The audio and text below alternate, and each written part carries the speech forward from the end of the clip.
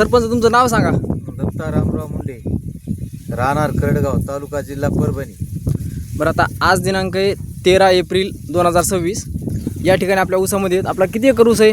2 acre. 2 acre. बरं, आपल्या 2 acre ऊसाला ग्रीन पॅरेंटचे कुठले कुठले खतं टाकले होते? याच्यात भूमी पॉवर हां आणि फ्रॉम हां आणि पोटॅश आणि प्रीमियमची बॉटल एक सगळ्या खताला लावून टाकले. सगळ्या खताला लावून टाकली. बरं, या ऊसाला किती डोस झाले आता? आपण खत किती वेळा दिलाय? त्याला एकदाच दिला हेच. बरं, याच्यासोबत दुसरा रासायनिक कुठला टाकला होता का? नाही काही नाही टाकला. काहीच टाकला नाही. काहीच नाही. बरं. एका डोसवरच आहे आता सध्या एकच डोस आहे. हो.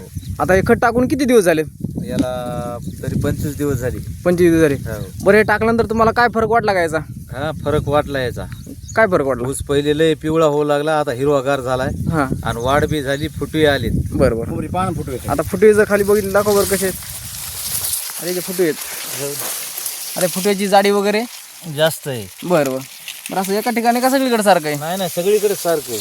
आणि उंची असं उंची वाढली. बरं साईजची हे काय इथपर्यंत आली. बरं बरं. काँग्रेस साहेब, पाहुण्याचं म्हणणं आहे जे गावात जे ऊस होती हां हो, याच्यापेक्षा पळायला जास्त. बरं, म्हणजे आपण जे रस्त्यात बघितला होता, हो, त्याचे ते कमी आहे. म्हणजे आपला अगोदर त्याच्यापेक्षा कमी होता. हां आता जास्त झाला. पाऊस पडला की म्हणजे हो. हे खत टाकल्यामुळे तुम्हाला फरक वाटला? खत टाकल्यामुळे जास्त फरक वाटला. बरं, आपल्या या ठिकाणी 2 एकर ऊसासाठी पूर्ण ग्रीन पॅनेटच वापरलेलं आहे. हो.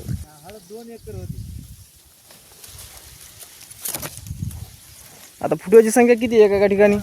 फुटव्याची संख्या तरी आधी तर 10-15 आहे. बरं बरं. फुटव्याची जाडी पण चांगली आहे. जाडी चांगली. बरं, कुठं जर बघितलं तर सारखी जाडी आहे. सारखी. बरं डोंबरे पुन्हा जमीन भुसभुस राहिली. बघा पांढऱ्यामुळे जमीन भुसभुस आहे. डोंबरे साहेब, पाहुण्याचा ऊस पाहून परत गावच्या काही शेतकऱ्याची मागणी व्हाली. हो. आता आपला बघून काही शेतकऱ्यांनी मागणी केली. हो, मागणी बरं केली. बरं बरं.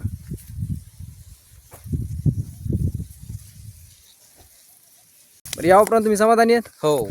तर या ठिकाणी मी गोवर्धन ठोंबरे ग्रीन पॅन्टच्या काळी आई वाचवा या अभियानात सामील झाल्याबद्दल नागनाथ एंटरप्राइजेस नवमोंडा परभणीतर्फे आपले धन्यवाद करतो. डोंबरे साहेब,